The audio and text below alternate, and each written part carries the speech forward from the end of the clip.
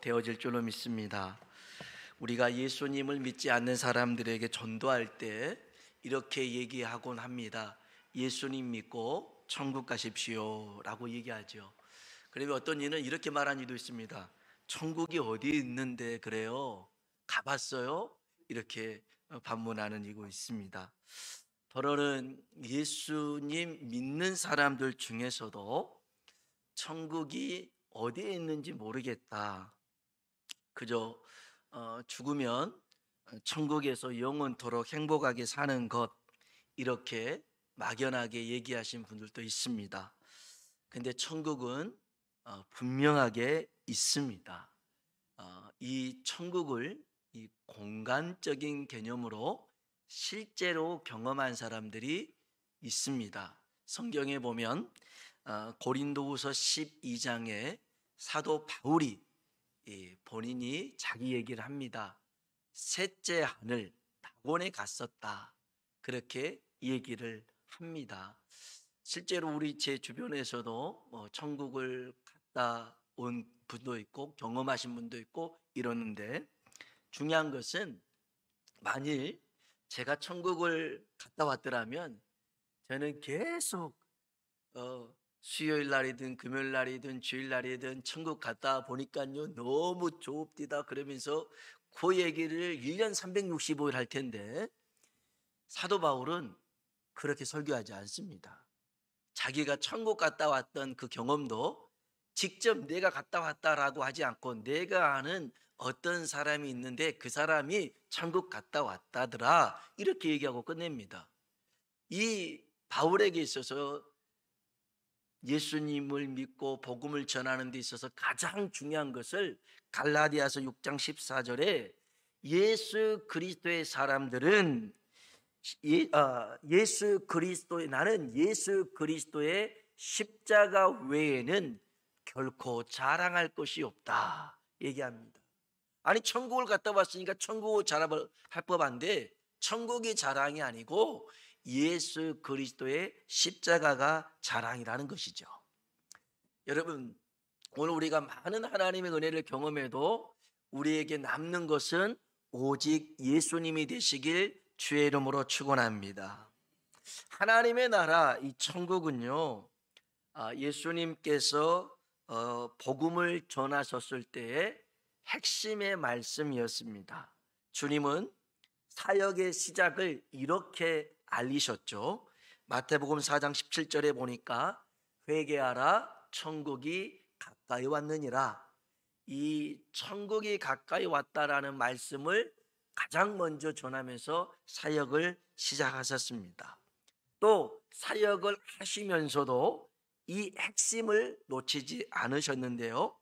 누가복음 4장 43절에 보면 예수께서 이르시되 내가 다른 동네들에서도 하나님 나라 복음을 전하여야 하리니 나는 이 일을 위해 보내심을 받았노라.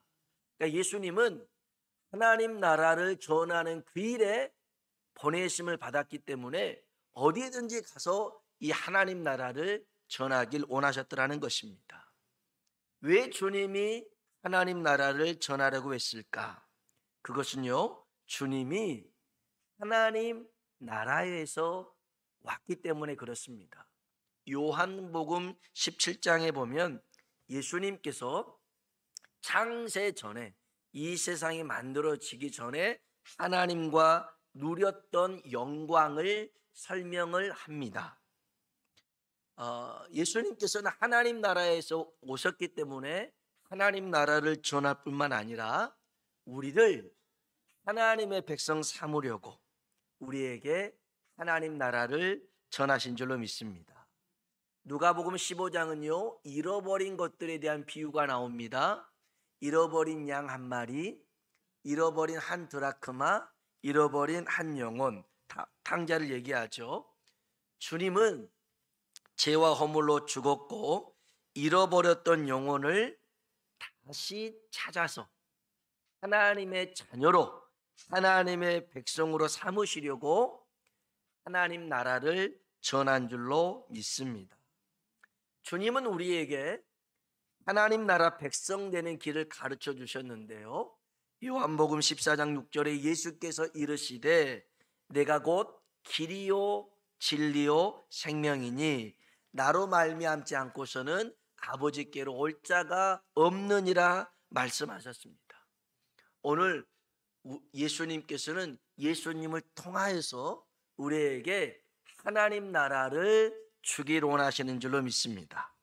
자, 그렇다면 예수님이 전하신 하나님의 나라가 뭘까? 오늘 그 하나님의 나라가 우리에게 임하길 주의 이름으로 축원합니다. 그 하나님의 나라는 하나님이 다스리는 나라입니다. 하나님의 나라는 첫 번째 하나님이 다스리는 나라인데 성경 한번 볼까요? 누가복음 17장 20절 21절입니다. 같이 한번 읽어보겠습니다. 바리새인들이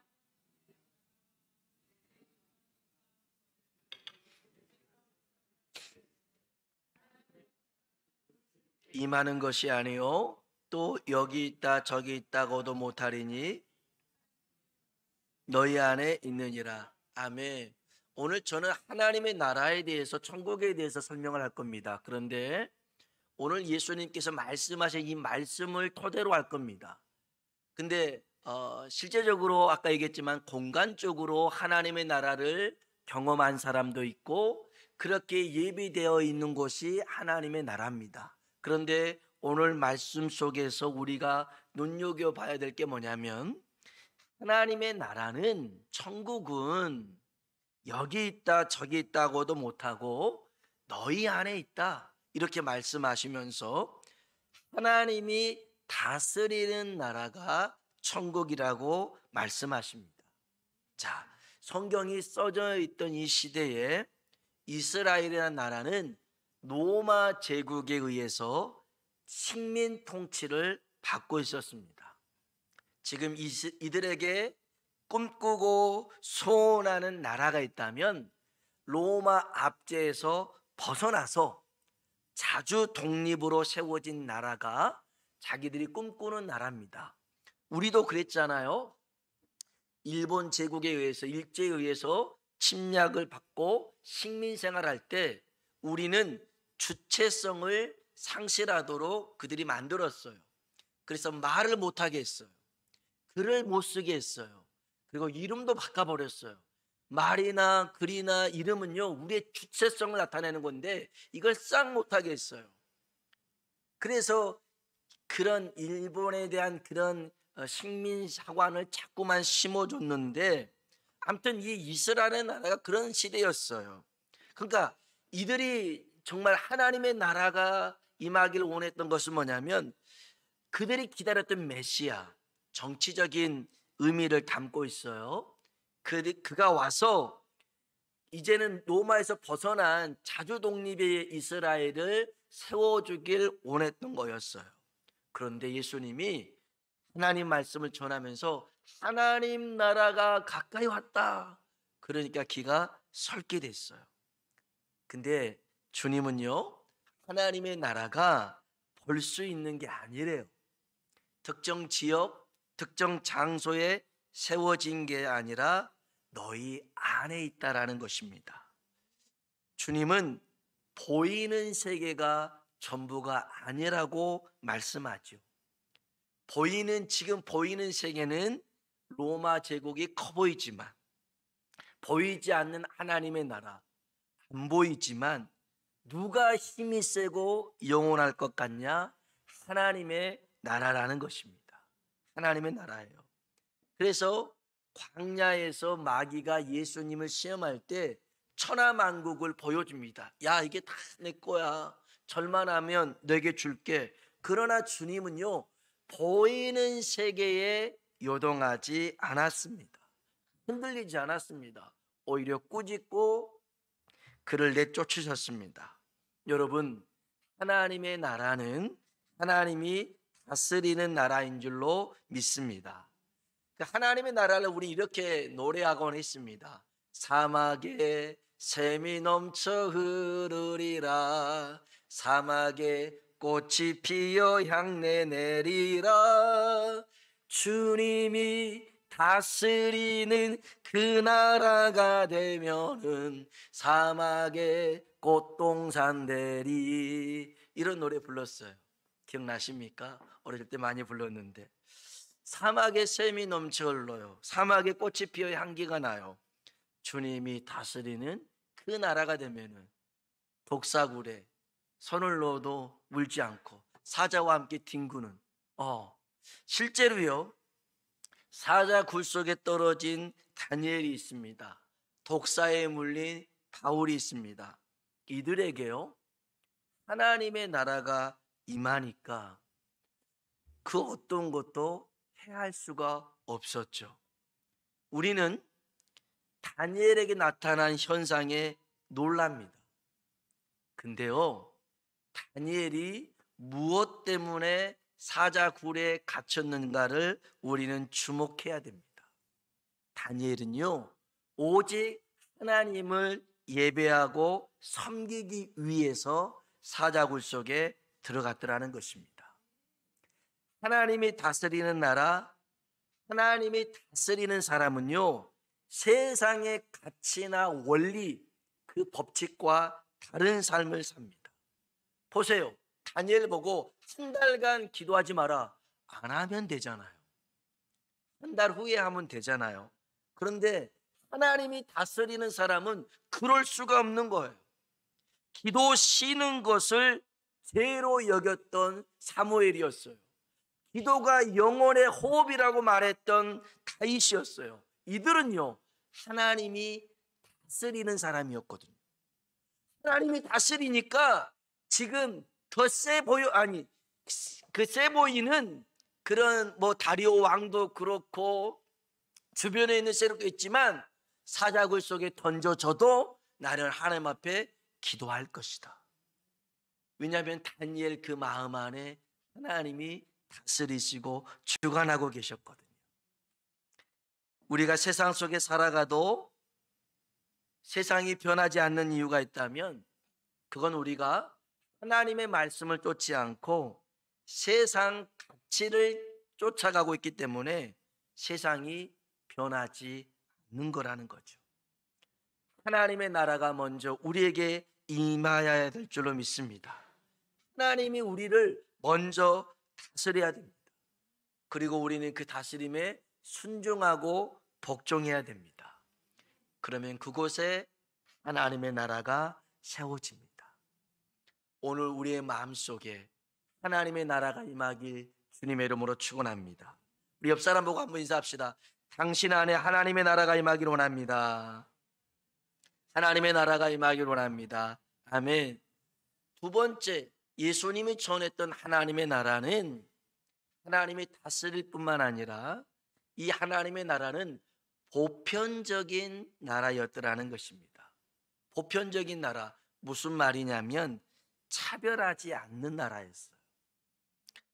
편견을 갖거나 선입견을 갖는 나라가 아니었어요. 예수님 당시에 로마 시민권을 가진 사람은요, 대단했습니다. 무슨 잘못을 해도요, 가둬둘 수가 없었어요. 구금할 수 없었습니다. 나쁜 짓을 해도 함부로 신문하거나 폭행할 수가 없었습니다. 이게 로마 시민권이었어요. 그러니 얼마나 이 시민권이 대단했겠어요.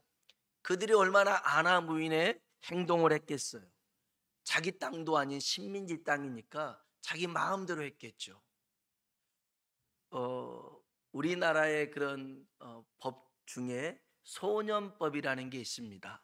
이 소년법, 범죄소년, 촉법소년, 범법소년이 이렇게 나눠지는데요. 소년법으로 범죄소년은 만 14세부터 19세까지, 촉법소년은 만 10세에서 14세까지, 범법소년은 만 10세 이하입니다. 근데 요즘 문제가 되는 게 뭐냐면 촉법소년입니다. 이 촉법죄라고 한번 들어보셨겠는데 만 10살부터 14살까지 중학교 3학년까지 정도 됩니다. 얘네들은 잘못을 하잖아요. 그러면 형사처벌을 못해요. 법으로 그래. 얘네들은 그러니까 뭐 도둑질을 해도 뭘 해도 형사처벌을 못 해요. 대신 보호처분을 받는 거예요. 근데 만 10세 미만은요, 아예 형사처분도 안 되고 보호처분도 안 돼요. 그러니 보니까 무인 점포에 들어가서 초등학생 둘이가 열 몇 번을 훔쳐갔는데 그게 600만 원인가 그 정도. 그래도 법적으로 할 수가 없어요. 촉법소년 얘네들이요, 그냥 경찰 들이받고도요, 나이가 안 되니까 어쩔 수 없다 이렇게 하는 겁니다. 기가 막혀요. 그래서 뭐 촉법죄를 폐지를 해야 된다 이런 얘기가 있는데, 아무튼 이것도 이게 말도 안 되는, 이들을 좀 보호하려고 하는데 오히려 이것을 자기의 그런 죄를 정당화시키려고 하는 이런 모습들은 말도 안 되는 거잖아요. 이런 것처럼 로마 시민권을 가졌던 사람들은요, 그런 것들이 굉장히 많았어요. 이게 로마 시민권을 가진 사람들만의 얘기가 아니었어요. 유대인들도 마찬가지예요. 배타주의가 심했어요. 유대인들은요, 사마리아 사람들이나 이방인들 보고선 짐승 취급, 개 취급했단 말이에요. 이건 우리나라도 똑같아요. 별반 다를 게 없어요. 우리나라도 외국인 노동자들 있잖아요. 불법 체류자들 있잖아요. 그러면 그들에게 월급을 제때 안 줘요. 월급을 체납합니다. 그리고 사고가 났네요, 치료도 잘 안 해줍니다. 그러면서 보상은커녕 보상해달라고 하면 너 불법 체류자잖아 신고해버립니다. 이런 말도 안 되는 일들이 있는 거죠. 여러분, 오늘 우리들 자신을 보면 우리들도요, 굉장히 많은 차별과 편견에 사로잡힐 때가 있어요. 나와 생각이 다르다 그러면 편견을 가져요. 차별을 해버려요. 혹 이 사람하고 다투기라도 하잖아요. 쳐다보지도 않습니다. 원수처럼 지냅니다. 다른 사람의 말만 듣고 그 사람은 그렇고 그런 사람이야 이런 생각에 사로잡힙니다. 그러나 주님이 말씀하신 보편적인 하나님의 나라, 열린 나라죠. 주님 보세요. 주님은 세리를 불러다가 죄인들과 함께 식사를 하고 잔치를 베푸셨어요. 주님은 병자를, 다른 사람은 부정하다고 해서 같이 부딪히지도 않지만 주님은 그 병자에게 손을 내밀어서 고쳐주셨던 분이에요. 귀신 들린 사람들을 주님께서는 온전케 해주셨던 분이셨어요. 주님은 사마리아 사람들에게도 복음을 전파하셨던 거였어요. 사랑하는 성도 여러분, 오늘 우리 안에 어떤 사람에 관해서, 어떤 일에 관해서 편견을 갖고 선입견을 갖고 나만 옳다 하는 이런 생각은요, 거기에 하나님의 나라가 임했다라고 할 수가 없어요. 일전에도 한번 말씀드렸습니다마는 제가 시골에서 사역을 할 때 동네 할머니 칠순잔치에 제가 이제 인사하러 갔어요. 동네니까. 그래서 이제 인사하는데 다른 할머니가 저한테 그런 거예요. 아이고 목사님이 술 한 잔 따라주면 경수 할머니 교회 올 거예요. 그런 거예요. 감히 목사에게 술을 따르라고요? 이런 불경건한, 말도 안 되는, 이거 나를 목사를 어떻게 알면 이렇게 얘기할 수 있을까? 예수 이름으로 물러가라 그래야 될까요? 여러분, 술 따라줘야 돼요, 말아줘야 돼요? 술 따라줘야 된다. 어휴, 제가 목사라고요. 목사님 술을 따라줘야 한다고요? 술 따라주면 안 된다. 이도 저도 아니신 분들이 있는데, 아니 목사가 어떻게 그냥 그 술자리에서 술을 따라줍니까? 말도 안 되죠. 목사의 권위가 있는데. 그런데 아니 교회를 나온다 하잖아. 예수님을 믿겠다 하잖아. 술 한 번 따라주는 게 뭐가 어려워요? 물론 목사가 술자리에 가서 술을 따라 먹는 거는 문제가 되는 거죠.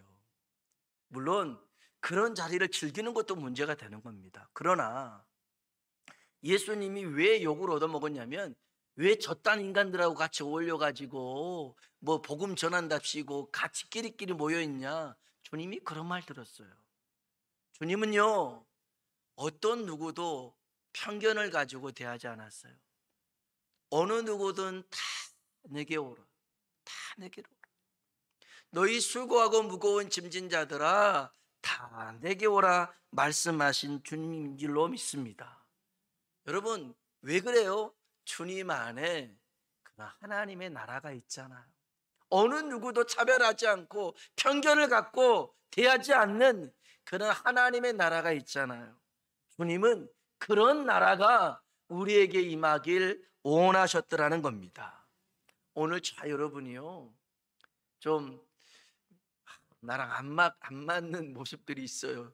사람을 겪다 보면 막 헤어스타일, 코기 막 몸에 뭐 피어싱, 문신 막 이런 것들 막 아주 저도 좀 별로 좀 그래요. 하지만 그런 사람들이 교회 나오면 할렐루야 하면 아닙니까? 그잖아요. 얼마나 감사해요. 그런 사람들이 교회 나왔던 고마운 일이죠. 그래서 교회는요, 문을 제한해서는 안 돼요. 작은 문을 둬서 여기에 맞는 사람만 들어오세요, 그런 게 교회가 아니에요. 교회 문은 활짝 누구에게나 열려 있어야 돼요. 할렐루야. 왜냐하면 하나님의 나라는 차별하지 않는 나라거든요. 우리 한번 옆 사람에게 다시 한번 인사하겠습니다. 당신에게 하나님의 나라가 임하길 원합니다. 아멘. 예? 이제 그냥 누구만 받고 누구는 안 받고 그러면 안 된다는 소리예요. 차별하지 말자는 소리예요. 금요일날도 얘기했지만 내가 뽑은 이가 대통령이 됐어도, 내가 찍은 이가 대통령이 안 됐어도 나는 대한민국 사람 아니야 그러지 않잖아요. 우리는 대한민국 사람이고, 그러니까 그 권세는 하나님께서 세웠으니 우리는 기도하고 이 나라가 잘 이 위기를 헤쳐나가도록 우리가 한마음 한뜻이 돼야 될 줄로 믿습니다. 나는 이제는 뭐 세상 안 보고 살 거야, 그럴 필요가 없어요. 왜 그렇게 살아요? 왜 그렇게 살아요? 서로 이제 더 하나님께서 아름답고 선하도록 만들도록 우리가 힘써서 하나 되는 우리 모두가 되길 주의 이름으로 축복합니다. 세 번째로는요, 하나님의 나라는요, 한번 따라합시다. 평화의 나라다. 아멘. 하나님의 나라는 하나님이 다스리는 나라고, 하나님의 나라는 바로 차별이나 편견이나 그런 것들이 없는 그 보편적인 나라였고, 세 번째, 하나님의 나라는 평강의 왕으로 오신 예수님이 우리에게 주신 평화의 나라라는 것이죠.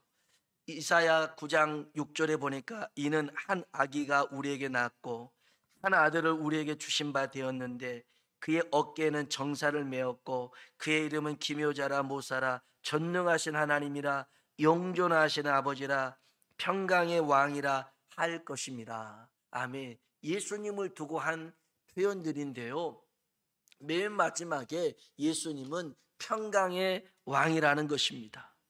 예수님께서 이 땅에 세우신 나라를 보면 전쟁으로 뺏은 나라가, 세워진 나라가 아닙니다. 오히려 예수님이 십자가의 죽으심으로 희생하심으로 세운 나라인 줄로 믿습니다.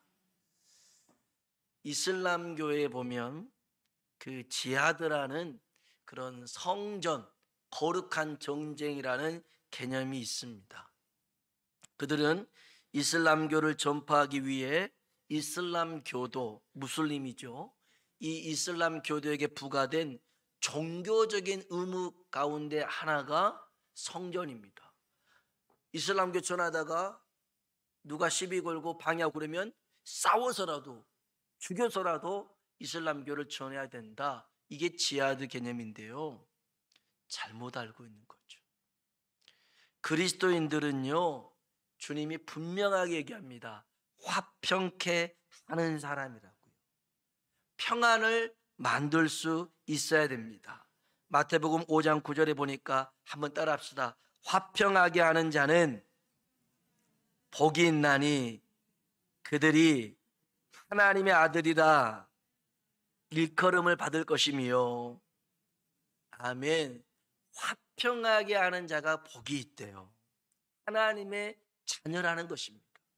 달리 말하면 하나님의 자녀는 화평의 사람이라는 것입니다. 화를 잘 내고 싸우기를 잘하고 다투기를 잘하는 사람, 아직 하나님의 나라가 임하지 못했습니다. 여러분, 화평이라고 하는 것은요, 희생할 때 주어지는 겁니다. 희생할 때 만들어지는 거예요. 싸워서 전쟁에서 얻어지는 게 화평이 아닙니다. 지금도 러시아하고 우크라이나가 이렇게 싸우고 있지만 한쪽 힘이 세서요, 다른 쪽을 짓눌러 가지고 이겼잖아요. 그러면 평화스러워 보이지만 그것은 평화라고 할 수가 없어요. 왜냐하면 짓눌린 한쪽에서는 분노를 키우고 있거든요. 그건 평화라고 할 수가 없어요. 진정한 평화가 뭡니까? 희생할 때, 내가 양보할 때, 내가 죽을 때 진정한 평안이 임하는데, 주님은요, 우리 보고 누구든지 나를 따라오려거든 자기를 부인하고 자기 십자가를 지고 나를 쫓으라 말씀하십니다. 여러분 가정에 평안이 임하기를 원합니다. 여러분의 직장과 또 우리 교회에 평안이 임하기를 원합니다. 그러려면 내가 살아서는 안 돼요. 여러분의 가정에 평화가 임하려면 내가 죽어야 됩니다. 아우, 맨날 나만 죽어요. 너 진짜 내가 지금 몇 번이나 죽었는 줄 아세요? 그렇게 내가 죽고 있는 것을 손으로 헤아리고 있다면 제대로 죽는 게 아닙니다. 주님도 야, 내가 너 때문에 몇 번 죽었는 줄 아냐, 이렇게 말씀하신 분이 아니에요. 진짜 하나님의 은혜가 임하니까요, 오히려 저 사람이 불쌍해 보이고 저 사람이 긍휼히 여겨지고. 솔직히 보세요. 야곱이 그렇게 하나님 앞에 축복을 달라고 기도했을 때 하나님이 야곱 변화시켜 주잖아요. 그리고 형을 봤어요. 에서를 봤어요. 기분 나쁘죠. 자기 죽인다고 그렇게 일을 가는 인간이 사람들 데리고 병사를 데리고 왔으니까 무섭잖아요. 그런데 이 야곱이 하나님의 은혜로 변화받으니까 형님 얼굴이 하나님처럼 보였대요. 나 형님을 보니 하나님을 본 것 같습니다. 빈말일지 모르겠지만요, 하나님이 상대방을 변화시키는 게 아니라 나를 변화시키더라고요. 은혜는 내가 변하는 거예요. 내가 깨지는 것이고 내가 낮아지는 것이고 내가 죽는 거예요. 그러면 그곳에 하나님의 은혜가 깃듭니다. 하나님의 평안이 깃듭니다. 그래서 늘 쏘아붙이고 함부로 말하고 세게 얘기했던 사람들이 조금씩 변화되기 시작합니다. 그게 하나님 나라가 세워지는 과정입니다. 오늘 우리 모두에게 하나님의 나라가 임하길 주의 이름으로 축복합니다. 우리 마지막 우리 옆 사람 보고 진짜 축복해 줍시다. 당신에게 하나님의 나라가 임하길 원합니다. 죽자라는 소리입니다. 그럴 때 평안이 임합니다. 우리 모두에게 이런 하나님의 나라가 임하길 주의 이름으로 축원합니다. 기도하겠습니다.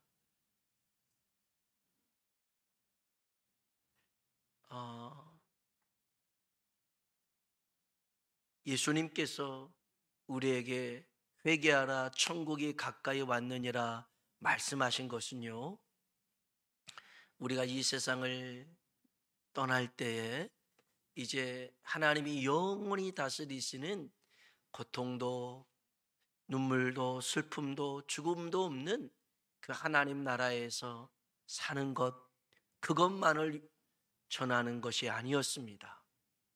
우리가 이 땅에 살아가는 동안 오늘 이 세상이 하나님 나라가 되는 방법은 하나님이 나를 다스릴 때입니다. 하나님의 다스림에 내가 순종할 때, 복종할 때 그곳에 하나님의 나라가 임하고요. 내가 누군가에 대해서 차별하거나 편견을 갖거나 또 좁은 마음을 갖고 죄 안에 버리지 않았을 때 하나님의 나라가 임하고요. 그리고 무엇보다도 힘으로 빼앗아서 내 것 삼는 그곳에 하나님 나라가 임한 게 아니라 오히려 나를 낮추고 죽이고 섬기고 희생하는 그곳에 하나님의 나라가 임합니다. 하나님, 내 삶에도 지금 이 순간에도 하나님의 나라가 임하게 하여 주시옵소서. 우리 다 같이 주님 이름 한번 부르고 기도하겠습니다. 주여. 아버지 하나님, 이 시간 아버지 하나님, 하나님의 나라가 하나님 우리 가운데 임하기를 원합니다. 아버지 하나님, 아버지 하나님, 주여. 아버지 하나님, 아버지 하나님, 생명수의 강가가 하나님의 어린 보좌로부터 흘러나온 데 있는데 아버지 하나님, 아버지 하나님, 이 하나님, 아버지 하나님, 아버지 하나님, 우리에게 하나님의 나라가 임하기를 원합니다. 하나님, 하나님, 하나님, 하나님, 아버지 하나님, 아버지 하나님, 아버지 하나님, 아버지 하나님, 아버지 하나님, 주님, 주님, 주님, 주님, 오 할렐루야. 아버지 하나님, 아버지 하나님, 주여. 아버지 하나님, 아버지 하나님, 아버지 하나님, 오늘 하나님이 나를 다스리시면 아버지 여전히 내 주변에 아버지 하나님이 나를 억압하고 힘들게 하고 나를 아버지 하나님 괴롭게 하는 일이 많은다 할지라도 아버지 하나님, 우리가 아버지 하나님, 아버지 하나님, 아버지 하나님, 주님, 주님, 주님, 주님, 주님, 아버지 하나님, 아버지 하나님, 아버지 하나님, 아버지 하나님, 아버지 하나님, 주님, 주님, 주님, 주님, 주님, 우리에게 하나님의 나라가 임하기를 원합니다. 하나님, 아버지 하나님, 아버지 하나님, 아버지 하나님, 아버지 하나님, 아버지 하나님, 아버지 하나님, 아버지 하나님, 아버지 하나님, 주님, 주님, 오 하나님, 아버지 하나님, 아버지 하나님, 아버지 하나님, 아버지 아버지 하나님, 하나님, 감사합니다. 주님, 주님, 주님, 주님, 주님, 아버지 하나님, 아버지 하나님, 아버지 하나님, 아버지 하나님, 아버지 하나님, 아버지 하나님, 아버지 하나님, 함께 계시는 아버지 하나님, 아버지 하나님, 하나님, 아버지 하나님의 이 시간에도 하나님 우리 병든 몸과 아버지 하나님의 영혼의 아버지의 고통과 아픔을 주님 어루어 만져주시고 아버지 하나님, 아버지 하나님, 아버지 하나님 주의 손길로 주님 역사하여 주시옵소서. 다시 한번 기도하겠습니다. 이 시간 기도할 때요, 여러분, 하나님의 나라는 말에 있지 않고 능력에 있다라고 주님이 또 말씀하셨거든요. 이 시간에도 하나님의 나라가 우리 가운데 임하면, 달리 말하면 하나님이 이 시간 우리 가운데 임재하시면 우리의 모든 병든 것과 약한 것도 치료받고 고침받고 회복될 줄로 믿습니다. 이 시간 우리 아픈 곳에 손을 얹고요, 한번 기도합시다. 하나님, 이 시간 믿음으로 손을 얹습니다. 하나님, 이곳에 하나님의 나라가 임하게 하여 주옵소서. 치유하시는 하나님의 손길, 눈물도 고통도 아픔도 없다라고 하였는데 이것을 먼저 경험하도록 주님 만져주시고, 하나님 꺼져가는 등불 끄지 않고 상한 갈대를 꺾지 아니하신 하나님이 히스기야의 생명을 연장시켜 주셨듯이 하나님 만져주셔서 이 생명 연장시켜 주시고 하나님 치료하는 은혜를 이 시간 허락해 달라고요. 우리 육신의 연약함 속에 있는 이들, 아픈 곳에 손을 얹고 기도하며 마음에 소원 있는 분들 가슴에 손을 얹고 이 시간 다 같이 이곳에 하나님의 나라가 임하도록 주님 이름 한번 부르고 기도합니다. 주여!